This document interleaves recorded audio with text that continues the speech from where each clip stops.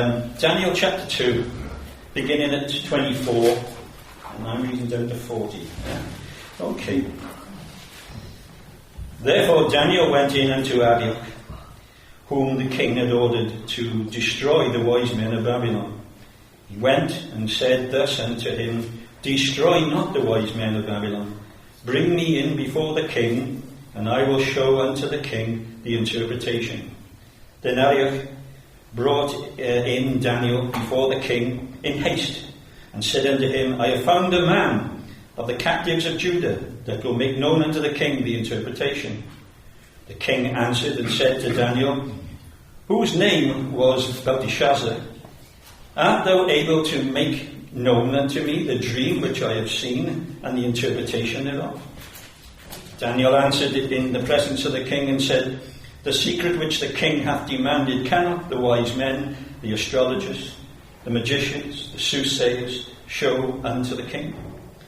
But there is a God in heaven that revealeth secrets, and maketh known to the king Nebuchadnezzar what shall be in the latter days. Thy dream and the visions of thy head upon thy bed are these. As for thee, O king, thy thoughts came into thy mind upon thy bed, what should come to pass hereafter? And he that revealeth secrets maketh known to thee what shall come to pass. But as for me, this secret is not revealed to me for thy wisdom, that I have more than any living, but for their sakes that shall make known the interpretation to the king, and that thou mightest know the thoughts of thy heart. Thou, O king, sawest and beheld a great image. This great image, whose brightness was excellent, stood before thee, and the form thereof was terrible. This image's head was of fine gold, his breast and his arms of silver, and his belly and his thighs of brass, his legs of iron, his feet part of iron and part of clay. Thou sawest till that the stone it should be, was cut out without hands, and which smote the image upon his feet, that was of iron and clay, and brake them to pieces. Then was the iron, the clay, the brass, the silver, and the gold broken to pieces together, and became like the chaff of the summer threshing floors. And the wind carried them away, that no place was found for them. And the stone that smote the image became a great mountain, and filled the whole earth. This is the dream, and we will tell the interpretation thereof before the king. Thou, O king, art a king of kings, for the God of heaven hath given thee a kingdom, power, and strength, and glory. Wheresoever the children of men dwell, the beasts of the field and the fowls of the heaven hath he given into thy hand, and hath made thee ruler over them all. Thou art this head of gold. And after thee shall arise another kingdom, inferior to thee, and another third kingdom of brass, which shall bear rule over the earth. And the fourth kingdom, that shall be strong as iron, for as much as iron breaketh in pieces, and subdueth all things. And as iron that breaketh all these, shall it break in pieces, and bruise. Whereas you saw the feet and toes partly of potter's clay and partly of iron, the kingdom shall be divided, yet the strength of the iron shall be in it, just as you saw the iron mixed with the ceramic clay. And as the toes of the feet were partly iron and partly clay, so the kingdom shall be partly strong and partly fragile. As you saw iron mixed with ceramic clay, they will mingle with the seed of men, but they will not adhere to one another, just as iron does not mix with clay. And in the days of these kings, the God of heaven will set up a kingdom which shall never be destroyed. The kingdom shall not be left to other people. It shall break in pieces and consume all these kingdoms, and it shall stand forever. Inasmuch as you saw that the stone was cut out of the mountain without hands, that it broke in pieces the iron, the bronze, the clay, the silver, and the gold, the great God has made known to the king what will come to pass after this. The dream is certain, and its interpretation is sure. Then King Nebuchadnezzar fell on his face, prostrate before Daniel, and commanded that they should present an offering and an incense to him. The king answered Daniel and said, "Truly your God is the God of gods, the Lord of kings, and a revealer of secrets, since you could reveal this secret." Then the king promoted Daniel and gave him many great gifts, and made him ruler over the whole province of Babylon, and chief administrator over all the wise men of Babylon. Also Daniel petitioned the king, and he set Shadrach, Meshach, and Abednego over the affairs of the province of Babylon. But Daniel sat in the gate of the king. Amen. Well, captivity and youth play a part in both of our stories today. We've looked at the servant girl who was in Syria, and we're now going to consider one of my heroes of the Bible. I'm sure one who's impressed many of us over the years, this lovely man known as Daniel. We're looking at the moment on Tuesdays at Isaiah, and a lot of Isaiah's prophecies concern this time. They concern the time when Israel had gone so far away from God that they have started to embrace other gods, and they were removed out of the land, and they are taken away into Babylon for 70 years. And that is the period of time in the history of Israel that we come across this young man, Daniel. He would have been a youth of his mid-teens when he is plucked out from his homeland and carried away captive into the land of Babylon. It tells us in chapter 1 why he was selected. Chapter 1 verses 3 and 4 says, "Then the king instructed Ashpenaz, the master of his eunuchs, to bring some of the children of Israel, some of the king's descendants, and some of the nobles, young men in whom there was no blemish, good-looking, gifted in all wisdom, possessing knowledge and quick to understand, who had ability to serve in the king's palace, and whom they might teach the language and literature of the Chaldeans." So it tells us that he was from a well-to-do family there within Israel. Ryan mentioned in his testimony about when we look back, we see the hand of God upon our life. And as Daniel grew up, the life that he thought he would have and the life that was presented to him were totally different lives.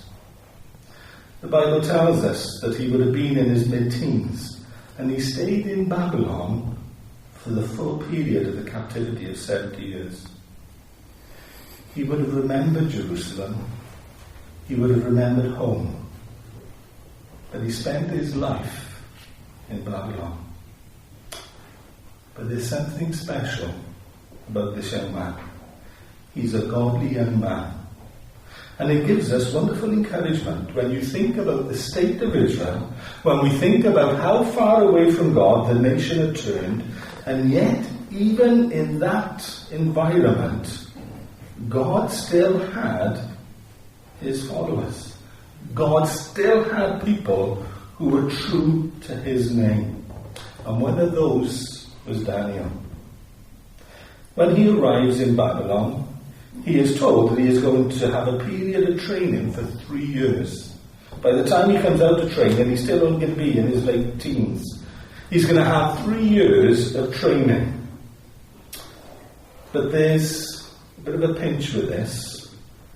They are to be fed on the king's food and on the king's drink. And Daniel doesn't want anything to do with it. It's probably going to be tied up with meat that has been offered to the idols of the land in which he is now. And he doesn't want anything to do with this at all. It tells us in verse 8 that Daniel purposed in his heart. It tells us where the impulse came from to make a stand on the principles that he believed God wanted him to hold true to. But the lovely thing is, as we read the story in chapter 1, we see that his 3 friends also make the same stand with him. So although the germ of the idea was in Daniel's heart, God gave him faithful friends, people who shared the same desires as Daniel. But he's a captive. He doesn't have the say in his diet. He doesn't have the say in what food he is and isn't allowed to eat. So he has to go to the chief of the eunuchs and make a request of him. And the request is turned down. And the reason why the request is turned down is because the chief of the eunuchs says, I fear my Lord, I fear the king. If I don't do as I'm told, it could literally cost me my head. I'm not willing to take that risk. And you could think that Daniel just went along with things as they were presented to him. But he knew that God was leading him in a certain way. And although he came across a bit of what might appear to some to be a dead end, he just trusted that God would open up another door for him. So what we find in chapter 1 and verse 11 is that he now goes to the steward, who the chief of the eunuchs has placed Daniel and his 3 friends under the command of this steward. So he's come down a level, if you like. And he pictures it at a slightly different angle this time. And he says to this steward, the one who's in charge of Daniel and his 3 friends, he said, will you give us a test for 10 days? For 10 days, will you just give us vegetables and water?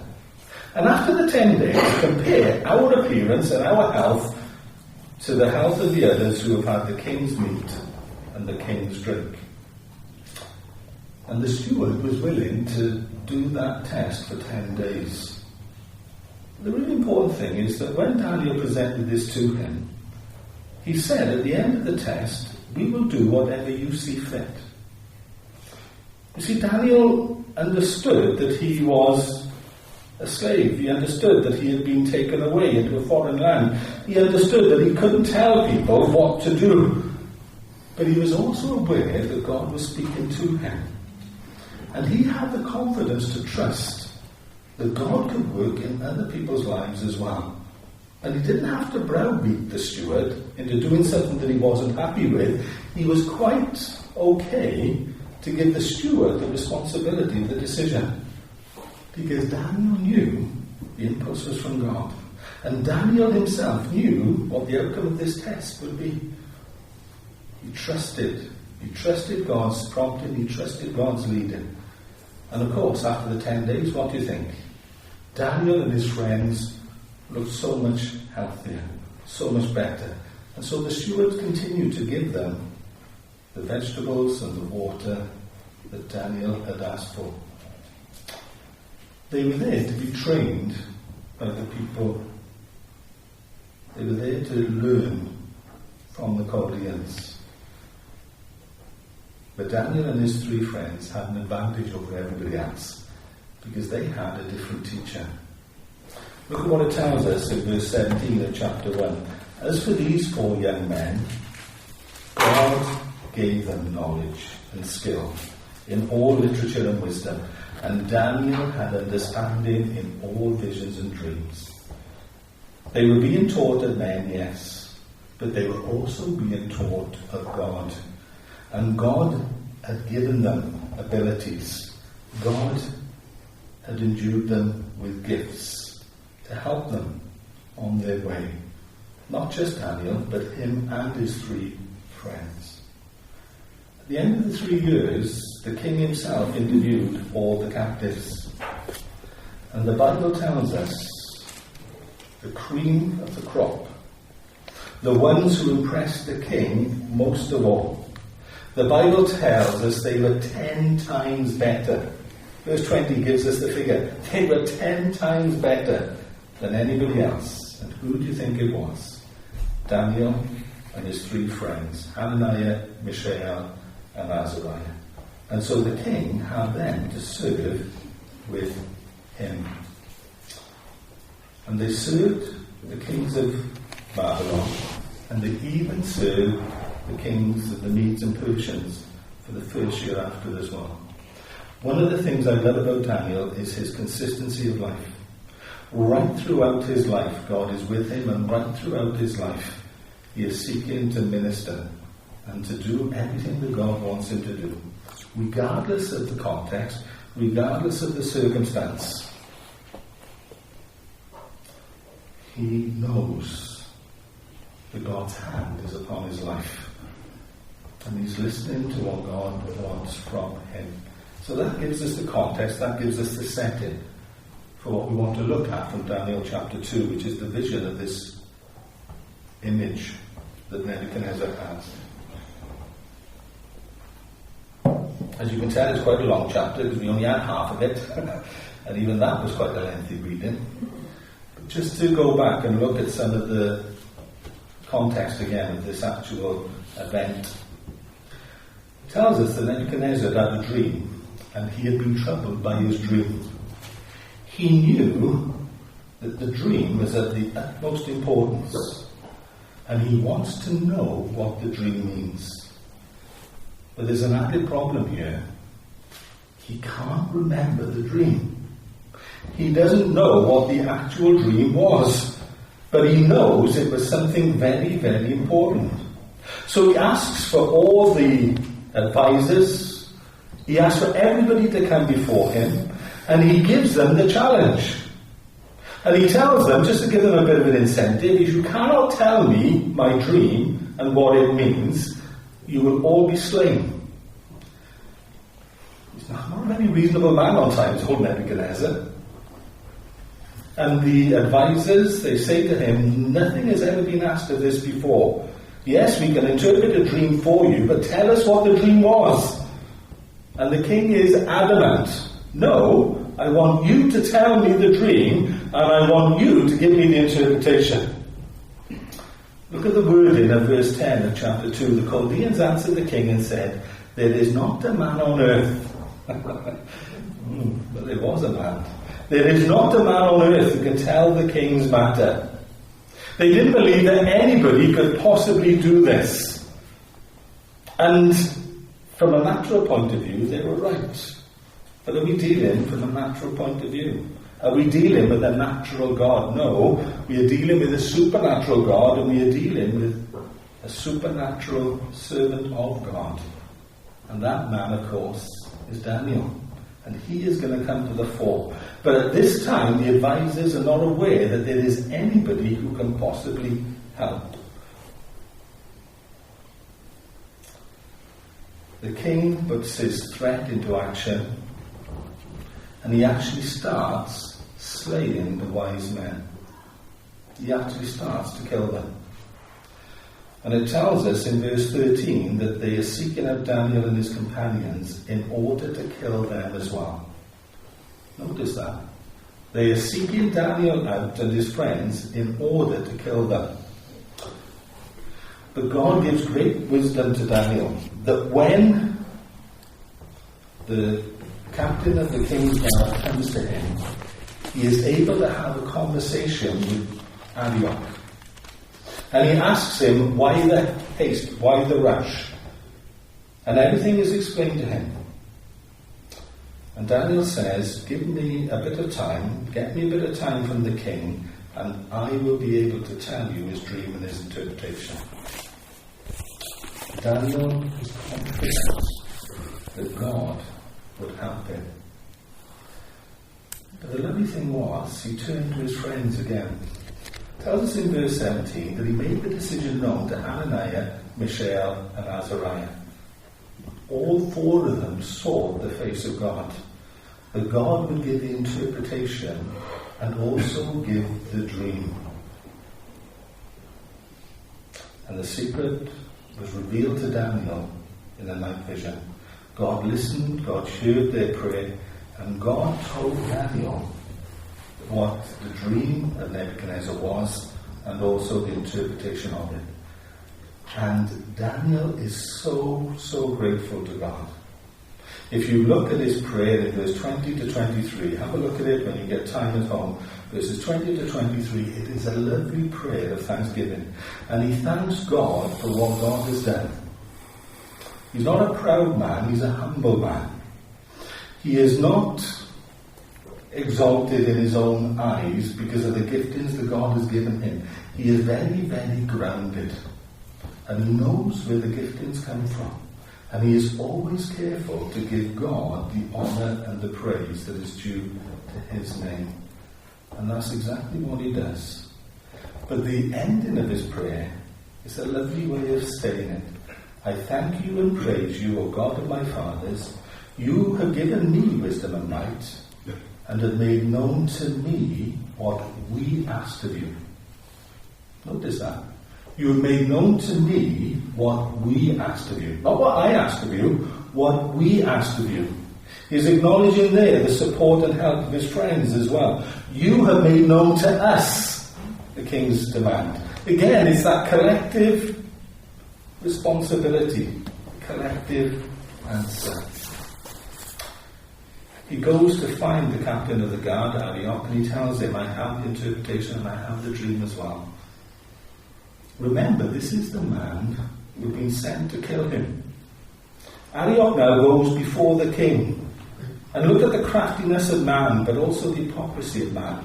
Verse 25 tells us, Then Arioch quickly brought Daniel before the king and said to the king, I have found a man of the captives of Judah. You see how he's trying to get some reflective glory here? I have found him. He didn't find him at all. Daniel came and found him. Daniel came and told him. Left to his devices, he would have taken his head. I have found a man who will make known to the king the interpretation. How does Daniel start in verse 28? There is a God in heaven. Again, he reflects the glory back to God. Yes, I'm going to tell you the interpretation of Nebuchadnezzar, but you need to know where it's coming from. It's coming from God. This is the only true God, the God who sits in heaven, but the God who can reveal the secrets of our dreams and of our hearts. And he tells the king that he was lying on his bed and he was thinking about what would come to pass after this. Nebuchadnezzar was the king of the greatest civilization on earth at the time. But even Nebuchadnezzar realizes there's going to be a time after this. What is going to come next? What is the future? We have a fascination with wanting to know what the future is, don't we? And Nebuchadnezzar was no different. He wanted to know the future.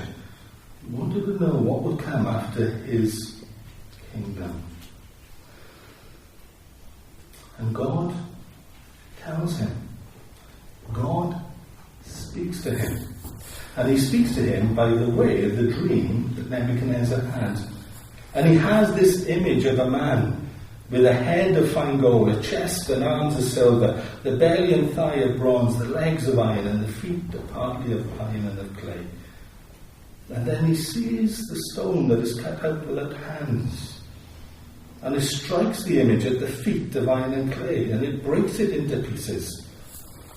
And then every other kingdom, every other metal is also crushed before this mountain. Because the rock grows to be a mountain that fills the whole earth. Nebuchadnezzar is told, yes, God has given you a kingdom. It's all of God. But you have to stop to think that all the metals that are mentioned come from the earth. All the metals that are mentioned come from rock. They are ores, they are found within the earth. Even the clay is made of the earth. Man is always subject to God. And man is only ever allowed to make what God allows anyway. Nebuchadnezzar was the king that he was because God allowed him to be the king that he was. But there is always a greater authority. There is always a God who sits in heaven. We have a pretty good idea who we think the civilizations and the kingdoms were.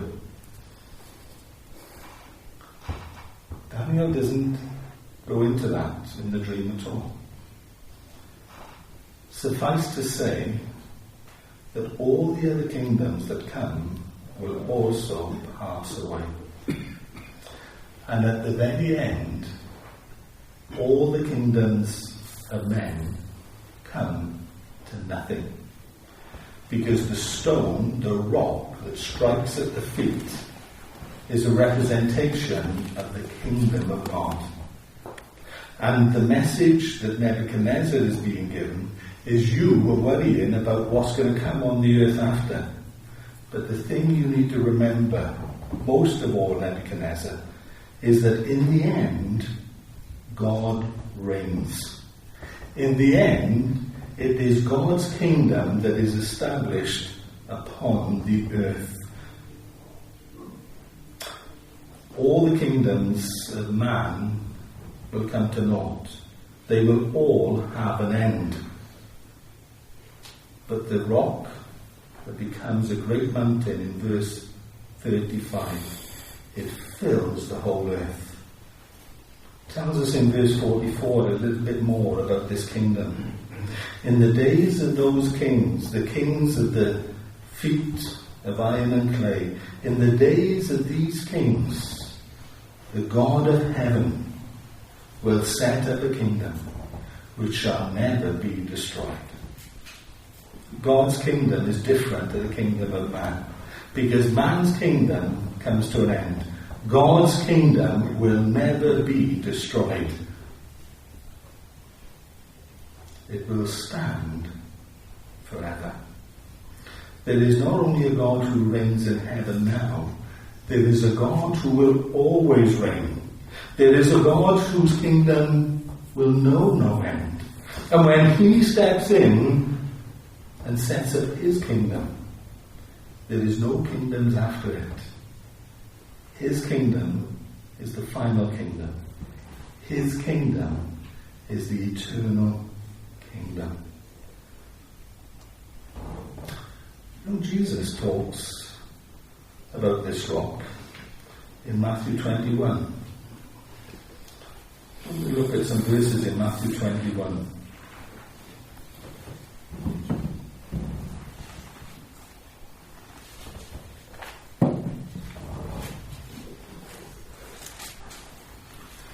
Jesus had just shared the parable of the wicked vine dressers and the fact that the son of the vineyard, he himself who had been sent, had also been killed. The religious leaders of the day understood what the parable was telling them, that as the very Son of God, he would be killed, he would be slain, and the kingdom would be handed over to others. The blessing of Israel becomes the blessing of the world. The kingdom that Israel was always supposed to be an example of, God's kingdom, would embrace the whole earth. Look at what he says in verse 42 to 44. Jesus said to them, "Have you never read in the scriptures, the stone which the builders rejected has become the chief cornerstone? This was the Lord's doing, it is marvelous in our eyes.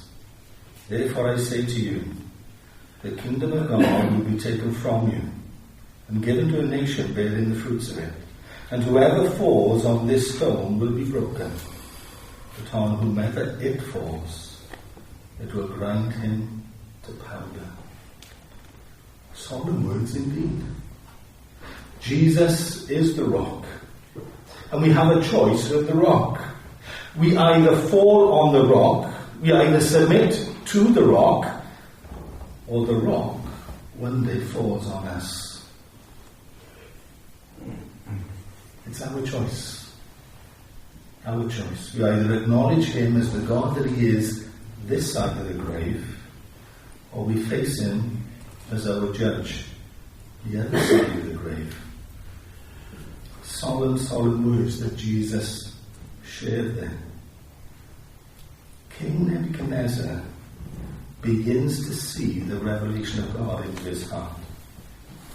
As mighty and as powerful as a king he is, he now begins to understand there is a God in heaven who is greater than him. And the way that King Nebuchadnezzar reacts to this shows that God is working upon his heart. Because look at verse 46 of chapter 2. King Nebuchadnezzar fell on his face. Can you imagine the courtroom? Can you imagine what people thought? Here is Daniel, a captive who has come from the captives of Judah. He has stood before King Nebuchadnezzar, and King Nebuchadnezzar now stands up off his throne and falls on his face before Daniel. But he is not bowing before Daniel. He is bowing before Daniel's God. He says in verse 47, "Truly your God is the God of gods, the Lord of kings." He understood.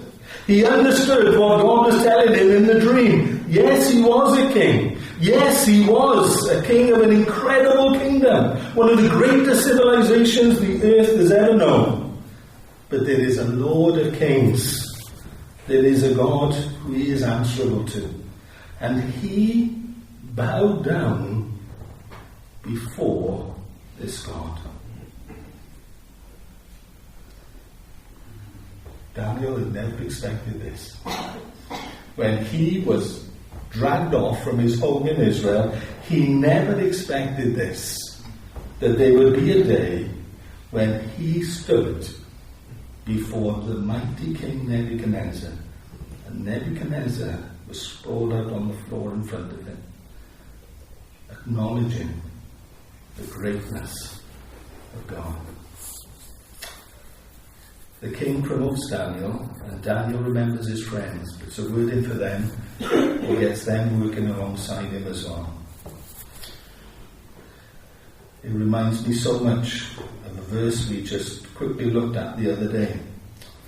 And it's 1 Peter chapter 5 and verse 6.